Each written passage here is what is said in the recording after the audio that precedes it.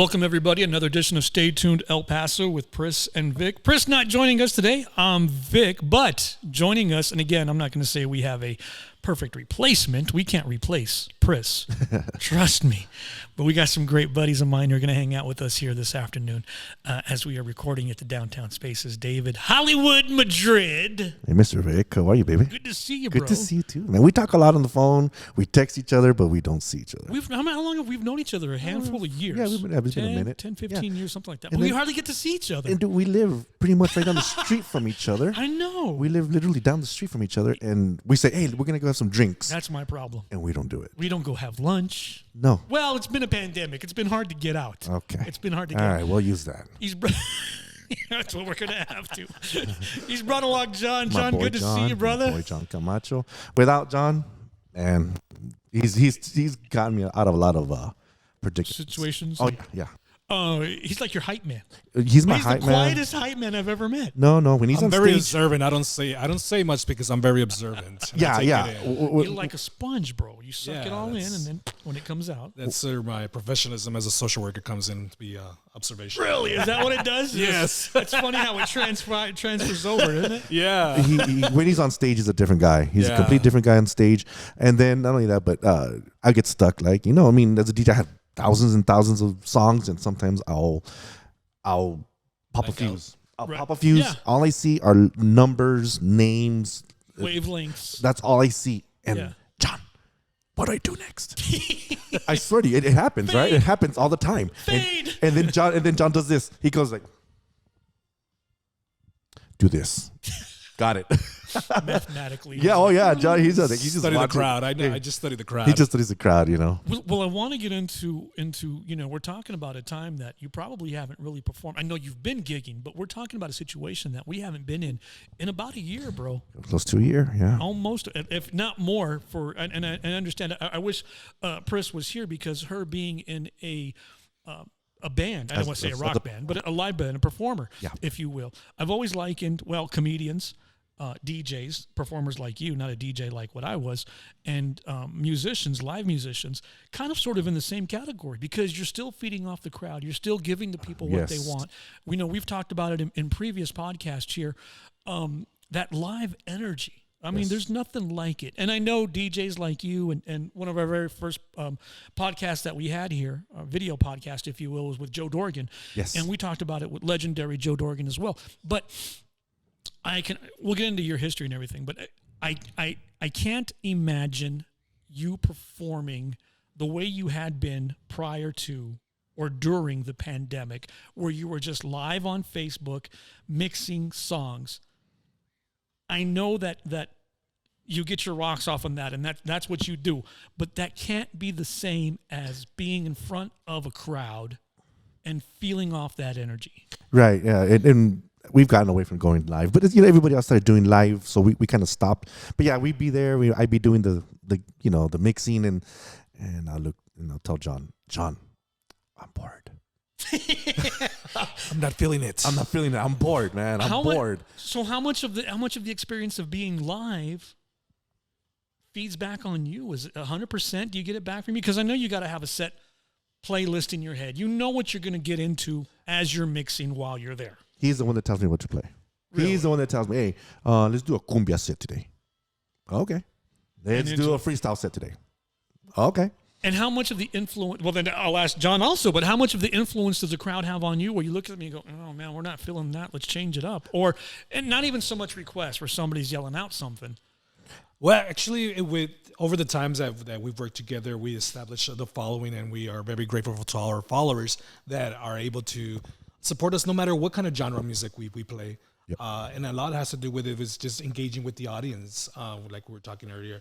It's just talking to them personally, how you're doing. Aside from, we treat everybody as equal as like they're like our brothers and sisters. Hey, how's it going? This and this. They're like, oh, wow. He came down from the stage to say hello. What's going on? And they return the favor by showing us support. And then when we're doing the live thing, I have the TV in front of me, and we're seeing everybody, giving us, text, shout out. Yeah, everything. So, and even in there, we engage, the people, And so what is your, we're going to get some technical difficulties. I'm going to grab Ace in a second because I think your mic's cutting out. Yeah. That's what happens. It's right there. Yeah. I got it, yeah. You know how to do. It's not like you haven't worked with a mic before. Yeah. That's cut out. So my question to you, and again, we'll get back into your history real quick, but so without naming names, what is your feeling toward the DJs who just get up locally, nationally, whatever the case is, who just get up and do their bit and that's it? There's no interaction with the audience. We were talking pre-hand. We were talking before we started work and recording. Even as a live performer in a band, you need to have that connection with the audience. We've seen it. We've seen DJs, we've seen performers get up on stage and just blow through their set and not make that connection. What's the feeling with that? Well, they come off as dicks. Well, for me, it's like even nowadays, a lot of these DJs nowadays, their heads are just in the laptop. That's it. They don't look up to see what's going on. They don't see, oh, this is working, not working.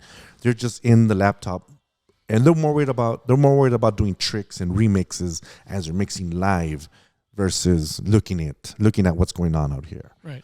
I'm not like that. I'm gonna mix. I'm not a scratcher, unfortunately, but my mixes, I'm watching, seeing what's going on. What's next? I take my people on a ride. That's my type of interaction. And I have to preface everything by saying the intro that you heard as this podcast was beginning with the little crazy sound effect, and you see the title cards going by. Dave did that for us. He's our musical director. Yeah. Every podcast that we thank Dave Madrid, that's what he did for us. And I'm thinking about doing another one for you. So, really? Yeah. This is a new season. Yeah. I'll get you another one. That'd be nice. Yeah, I'll do that, Ace. We're going to send you some new info, man. Get you some new music. Keep things fresh. That's how I like to have it around here. So let's talk about you. Let's talk about the history. We'll get into I guess you're best known as we've talked to you previously, Dave. You guys and John have the distinction of being our two-time guests. Yes, honored. Yes, very honored. Honored to be here alone. Honored to get the call from you to want to interview me and John. Again, I wish Priss were around to enjoy this because we always have fun together. But we mentioned it before on the previous audio podcast that we had. But let's get into a little bit of you. How you got the moniker of El Paso's Freestyle King. I think that's great. I think that's fantastic. But you're really more than just that. Right. Born and raised here. Born and raised El Paso, Socorro. Hey. Graduated from Socorro. Oh, right on. And I've loved freestyle since when it first came out. Back when I used to hear it on Power 102. Fresh. My dream was to be a power mixer, and I'll always tell it when I see the guys, I always give them props. I wouldn't be where I'm at without those guys. And and I give names all the time. Juan Rojas. I give him props all the time. Dominate. Dominate. Big boy Frankie D. That boy, he's my boy too. And we can go on forever. There's a whole list of guys, that I always give props to. Charles cutting up Chavez. These guys were, and so. Ray Naughty Boy. Man, you're taking me back. Those guys that I looked up to those guys, and I always give them props. And I thank them. Thank you guys. As little as I've never been a DJ in that aspect. In fact, being radio DJs, putting songs on the radio, compared to being a mixer, club DJ, if you will, mixing stuff, we were always the same, but it was always different. And I always looked up to you guys. I grew up in the era of hip hop when rap was coming up. So, I grew up with guys like Africa Bambaataa. I grew up with, Jam Master Jay, Eric B. and Rakim. I grew up knowing what it was to have literally, without singing the song, 2 turntables and a microphone. With a mic. Yeah. Mm-hmm. And you've got your mixer, you've got your Newmark, you've got your Technique 1200s. Yep. So I know what it's like, and I've tried it years ago to no avail. I've tried mixing record, beats, remixes, back and forth, scratching. We're talking about a time, what I'm getting at is, you're mentioning these great DJs, we're mentioning people you grew up listening to. We're talking about a time where to match a beat, you had to match the beat. Right. Maybe the record said 108 beats per minute. Right. And that's all you, okay, well, this will match, and then you do some quick math. Okay, if I got 116 beats, I can match this and slow it down, whatever. What I'm getting at is there was no fancy electronics. No, and that I was blessed to have learned in that way. Old school, some old Geminis, as a matter of fact, some belt drive Geminis, and my friend, the one that taught me is Mikey G. He's a DJ now. I think still at. Can we plug? Yeah, where we're plug. at? Country Club on the west side. Yeah, Country Club on the west side. Stampede. Stampede. What's a Stampede? Yeah, what is it? Something Edge of Texas? Or is that it? Is Edge of Texas. Edge of Texas. Okay. Yeah. So yeah, he's my spin say, if you will. That's my spin say. Yeah, he's the one that taught me, and I took it from there. I've been spinning for about 30 years now. So I've been very blessed to have learned non-digital to where I'm at now. And you're talking about, again, a time when you had crates. Oh, yeah. Of records and double records. And if it was windy, we need to make sure they were covered, because then it gets full of dust and we get crackling. And those backyard parties were... Yeah, those backyard parties. Yeah, they were bad. And, las tías y los tíos, kicking up the dust and everything. Like, man. And there was no hard drive. There was no... So you had to have... Here's your hip-hop crate. Here's your dance crate. Here's your Tejano crate. Your cumbias. Yeah. All that stuff, yeah. And carry them. Milk boxes. They were heavy. Mailbox crates. I mean, dude, I'm telling you, I wasn't a part of it, but I grew up with it, and I respected that, and I still do to this day. To me, what you guys did then, matching beat for beat, and even now with the technology, has technology, we've talked about this before, but it's my favorite question to ask DJs now, has technology advanced you guys, or has it hindered you guys, do you think? My personal opinion, I think it's made us old schoolers. I mean, I don't depend on what the computer does. The computer just holds my music. Mm-hmm. I still, as a matter of fact, I was just asked this the other day. One of the bar owners where I work, Funk Myers, I'll tell you, Funk Myers. Ben, he asked me, why don't you look at the BPMs and match the BPMs? Because I don't want to lose the ear. I don't want to lose the ear. It's too easy, isn't it? It's too easy. Yeah, I don't want to lose the ear. So I do it, and you'll see me fixing it, and you'll see me fixing it in the mix. You're like, dude, but just match it right there and just spin it. No, man, I don't want to lose the ear. There's a lot of great DJs out there, and I'm talking about on a national level. I can mention to him, but it's going to sound like I'm bashing them, but I'm not. But I know a lot of DJs out there have, I guess for lack of a better term, it's a pre-recorded mix. They've got pre-recorded elements, and they know I'm going to take this element and put it in. It's sampling at its best, I guess, if you will. It's at its cheating. It's most cheating, I guess, where they can take an element and have it ready to go. So they know that this 2.5 minute, 3 minute mix is going to fit over here perfectly. And so that buys them time to get into another mix or whatever. What's your opinion on that? Having pre-recorded elements. People have asked me, "Hey, man, why don't you get a preset, mix and just play that?" Because then I'll be bored. I cannot have anything pre-mixed. I have to be working. So if I have something pre-mixed, I'm not gonna just sit there while it plays. I'm gonna work. So I'd rather not. And it's also reading the crowd. You cannot play something like, it's already pre-mixed and it's not gonna work. So no, I'd rather work instead of have it pre-mixed. Do you make this? I'm trying to phrase my question because I know you'll understand what I'm saying. Do you have a pre-mix mix in your head, though? Do you play the same? You go, oh, you know what? This worked last week. Let me try it again. Yes, most definitely. Yeah, all us DJs have our sets. Certain songs go with this, and it works great, and it sounds beautiful every time.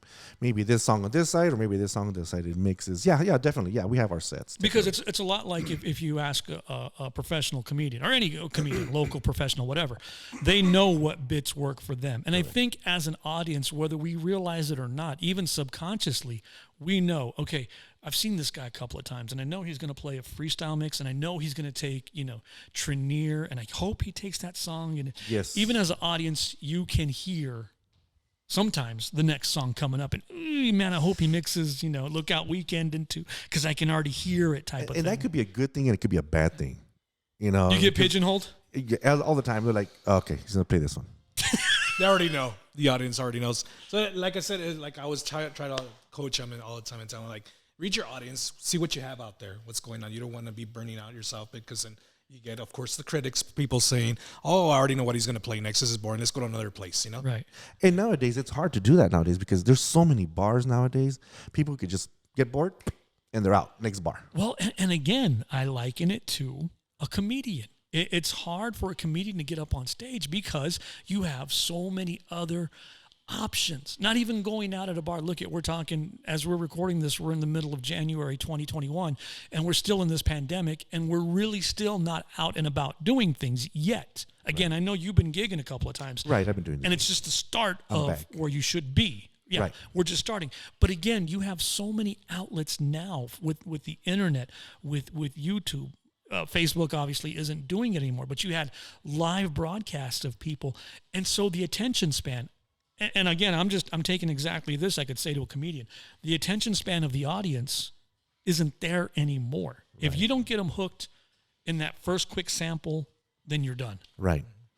And I think it's going to be very interesting now that after this pandemic that's going on, is a lot of people are going to be looking for, they're pretty much stuck at home for a while. So they want to go out and do something, especially our generation that enjoys dancing a lot. That's another perspective to talk about is people like to dance. And sometimes they dislike the new style mixing nowadays, which is the fast speed mixing. Okay. People like to take into consideration the song. I like this song. I want to enjoy it. I don't want it to be cut off. Gotcha. You know? And that's what our generation likes. They like to dance. So that's another. You're talking about our generation. Yes, our generation. We're about 2 generations removed from the now generation. Yes. I mean, we're the old schoolers. We're the old people in this. So they look at us now like, oh, look at these viejitos. yeah. What? We're viejitos now. I told Dude. And then, I had some punk kid tell me, hey, are you guys playing oldies all night? what were you playing? 80s. 80s retro. 80s retro. Listen, I've actually had it happen to me. You guys are not, God bless her. I know exactly who it was. I'm not going to mention her name. I actually had somebody ask me, what's that tattoo on your leg mean? And if you can't see it, it's the Prince symbol. And I said, okay, well, she doesn't. I said, that's a symbol for Prince. And she said, who's Prince? And I said, I'm done with you. We have nothing left to talk about. You're obviously nowhere near anywhere that I would be. But it's happening, though, is what I'm saying. It's happening. Anybody knows who Prince is. Well, you would think. She knows now. Trust me. She knows now. She learned today. She got schooled. But I mean, it's so weird to see, to consider that mixing is old school. The style of mixing that we grew up with is now like what we thought of Chuck Berry rock and roll in our day. That's old school. That's how they do it now, is better than what they did then type of attitude. It's so amazing. So you grew up listening to these guys on Power, B94, all these stations. Yes, all those stations, yes. And then so how does a kid from Socorro end up being the freestyle king of El Paso? Well, you know what? And I will give, I've been, back in the 90s, I spun at the OP. I love spinning at the OP. I was there for 3 years, and I loved it there. And then I was married at the time. And I had to be the husband. And so I couldn't do the club thing because the wife wouldn't let me at the time. Well, anyway, so we'll fast forward, and I will, long story short, and I will always give credit to Mr. Joe Dorgan. Yeah. Mr. Joe Dorgan, I bumped into him. I worked for him one time here before this one closed. He needed a DJ. I worked for him one night, and that was pretty much it. Well, fast forward, I bumped into him one night at Bassett, me and my son, and bumped into Joe, and I pitched him an idea. I says, hey, why don't we do freestyle nights? Because there was no freestyle nights in El Paso at the time. This was maybe 10, 12 years ago. And Joe Dorgan pondered on it a couple of days, and next thing you know, he calls me. Joe Dorgan calls me. He's like, hey, are you serious? You want to do this freestyle night? I go, yeah. He goes, okay, let's do it. And dude, there's talk about putting me on the spot. Oh shit, now it's real. Now it's real. Where was this? Was obviously a Club 101, but it wasn't this location as we're recording. It was the one on Airway. The one on Airway. So fairly recent. Yeah. Not too long ago. Right, it's about 10 years. More or less 10 years is fairly recent. Yeah. It's been so fast. But anyway, so Joe Dorgan is the one that opened the door for me, and I always give Joe Dorgan that respect.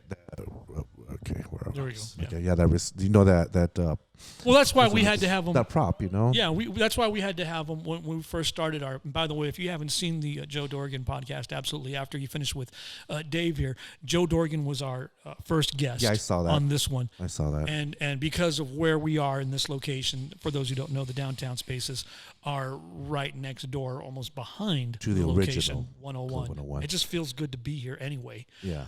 And then knowing that 101 is right behind us is the music fiend in me who didn't spend time at 101 growing up. Everybody, we said this with Joe, but everybody had a story. Everybody had a story, and everybody had a I was at 101 when I shouldn't have been at 101 story. So God bless Joe, legendary. Yeah, so props to Joe. Had it not been for him, had I not bumped into him that night, I probably wouldn't be here. Honestly, had I not bumped into him that one night, I would. How many freestyle nights did you do?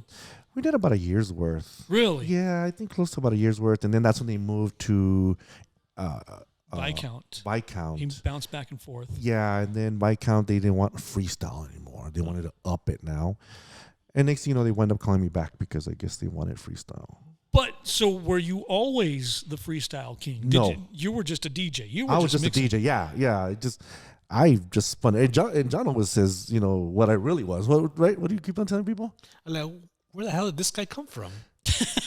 I mean, we're the public here in El Paso. We're used to Juan Rojas and Naughty Boy about freestyle and stuff. I'm like, who's this guy? Yeah. I came out of nowhere. Literally, I came out of nowhere. Literally. And with the name of Freestyle King, I mean, that's not yet. I hadn't been Freestyle King. Well, I wasn't baptized yet. Yeah. And I'll tell you who baptized me there. But anyway, so John, he would go to. I was starting to do shows at Bucanas on Pelicano, and John started going to the shows, and like he saw the people were coming out, and we were having thousands of people in that place. Yes, I was really surprised because the first time that he did that, it was just all DJs. There was no artists that he had brought. And it was close to 1,000 people capacity there. Like, what? Who is this guy? What did he do? What is it about him that brought all these people here? After so many years, just not even a person that's known. Well, I think, and no offense to you, but part of the personality, part of it is you. But I also think it was the fact that, as he had mentioned earlier, Dave, there was no freestyle nights. There was no, freestyle. And we can get into the history of freestyle. We can talk about what freestyle is, especially for the Hispanic community to us here in El Paso, Miami, Chicago, all these great places where freestyle got its true start from, even parts of LA or whatever. We can get into that history all day long. But the fact of the matter is, when it came out in such a force, and then it kind of just sort of went away, much a lot of music trends do. Sure. It hit so hard the first time. I mean, it wasn't even a trend. That was the music. That's what we were listening to. It wasn't, let's listen to, again, I compare it a lot to the sense of reggaeton. Oh, yeah. When reggaeton came out, I had a feeling, okay, this is going to spike and drop. But not for freestyle. Freestyle, that's what it was. And then it did drop. Right. And then it came back again. And to me, freestyle always has that wavelength of peak and then not so much a drop, but it just kind of sort of goes away. And then all of a sudden, something comes back up again. And then it kind of sort of just goes away. And it's a cycle. Yeah, like everything. Everything. And I think you rode in on that cycle. I was very blessed to come in at the time. I mean, I was very blessed. I really pretty much brought it back. I like I like to give myself props. I'm not that type of person, but yeah. But you did. You did what you did. I did. And with the help of everybody else. I never take.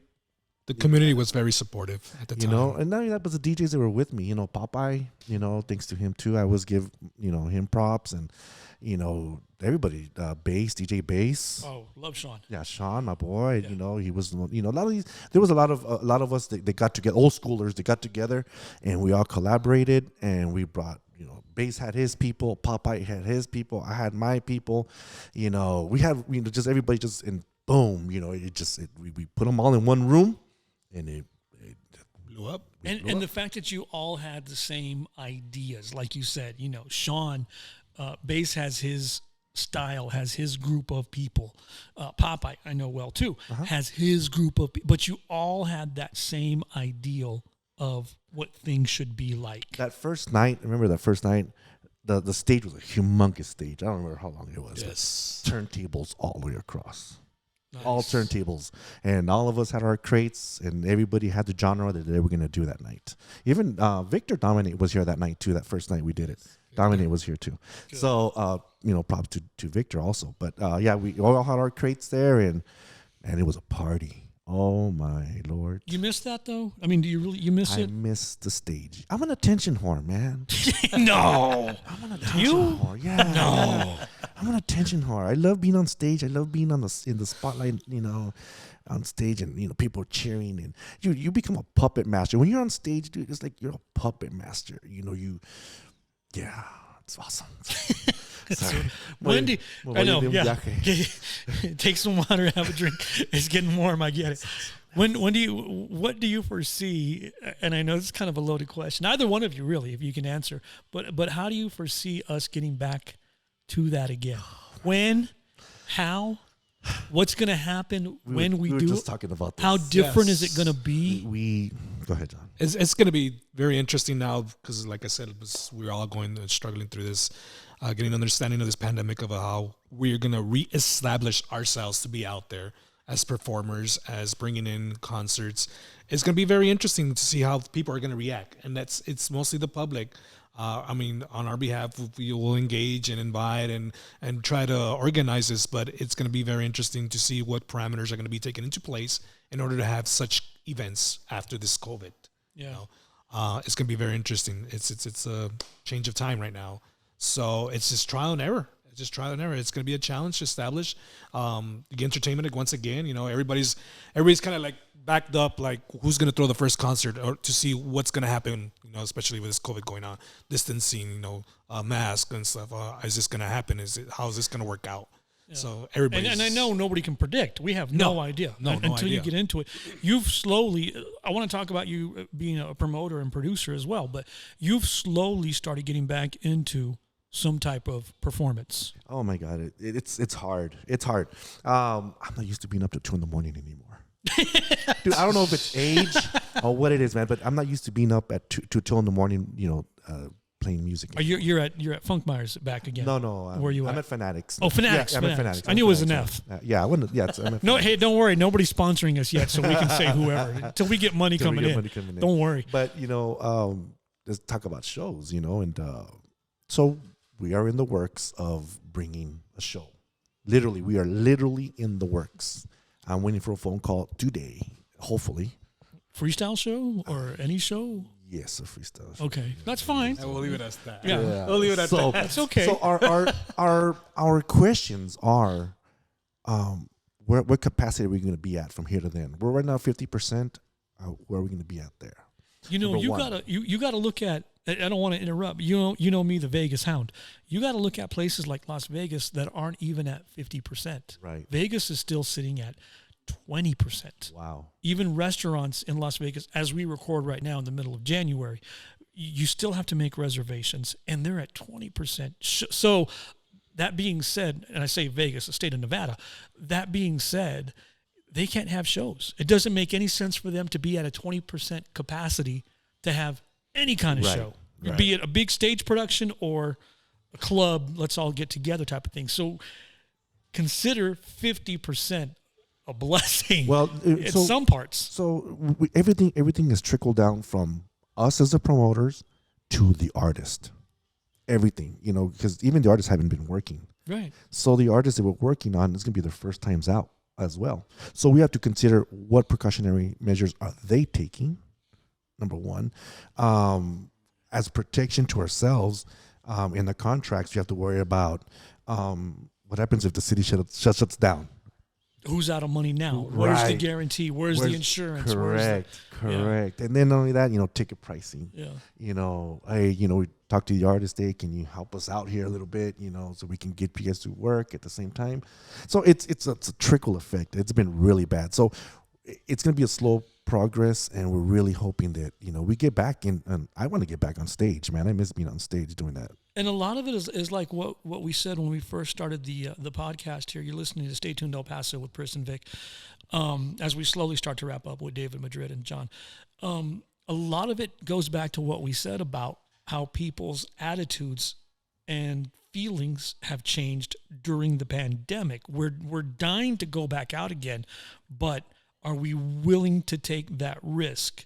With a vaccine, without a vaccine, masked up, without a mask, whatever the case is, you just don't know what the general public's feeling is going to be about being at a club again. And I'm not talking about your people who went out every Saturday night at a party. I'm talking about pulling in people for the special events, for the, this is coming in, Dave's up on stage, we should go out and hang out this weekend.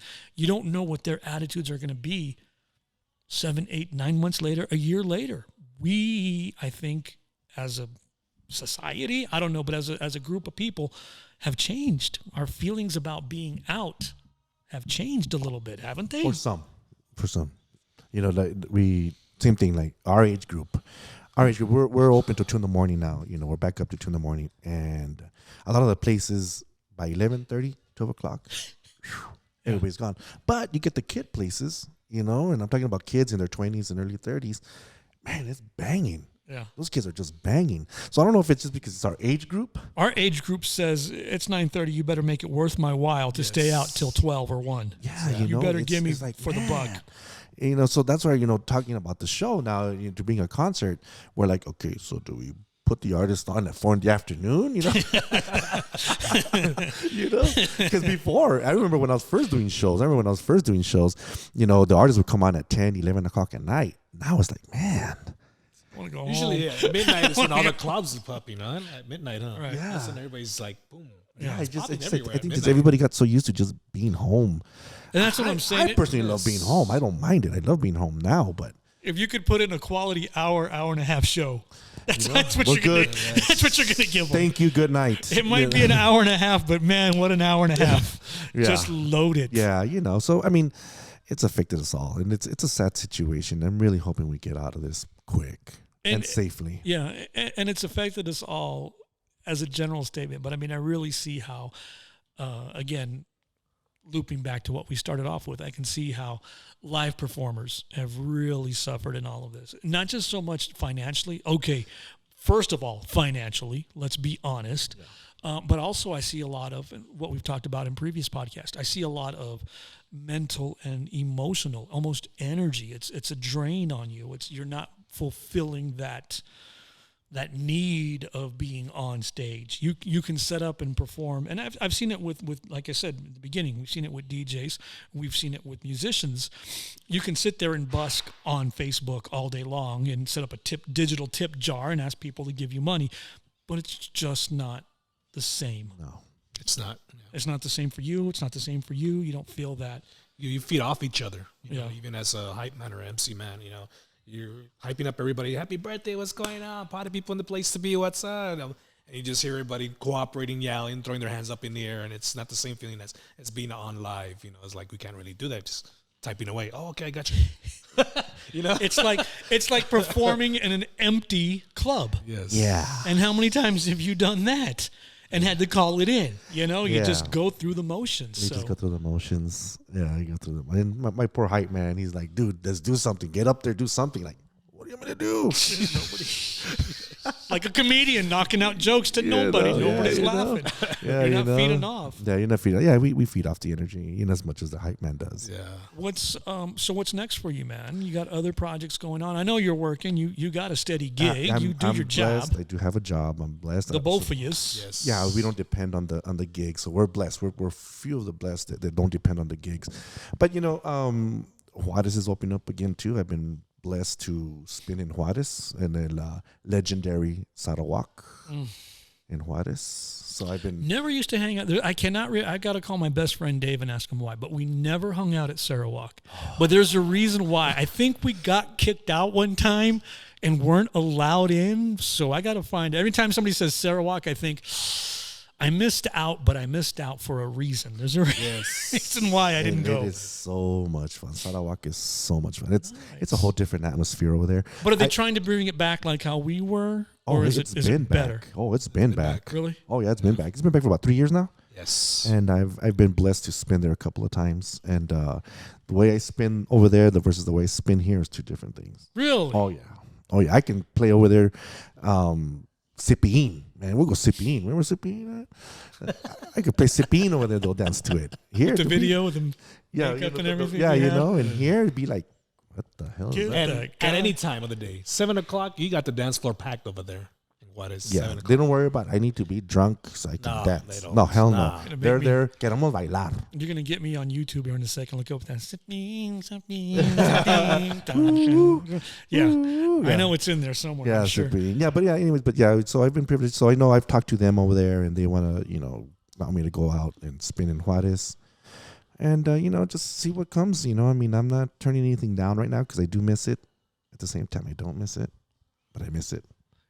Can you imagine, again, either one of any one of us, because there for a while, even working with the radio stations, we were out doing remotes, bar remotes, club remotes, and stuff like that. And I always ask myself this question. I'll ask you guys: can you imagine if you did stay in that lifestyle? Can you imagine if you did, or now 30, 35, almost 40, 45 years old, still stay, forget COVID, but still out in that lifestyle? Man, talk about burnout. Yes. Aren't you kind of, my point is, aren't you kind of glad you're not in it like that way anymore? A lot of us are happy because we're all taking a break. Yeah, a little bit. I miss the engagement and interaction with people because you meet a lot of interesting people out there in the community. Yeah. That's your social life. You'd be surprised the people that you run into and you associate with, and like, really, oh wow, out of town people that come in, man. There are a lot of interesting people that come in from out of town, and they talk about El Paso very well, and like, wow, I wish we had a club like this over there somewhere where we're at, where we're coming from. Do the out of town people remember you? Would they come and see you specifically? Oh yeah, when people. Family members tell them, hey, we got to go over here because the DJs are badass here. They come on and listen to us.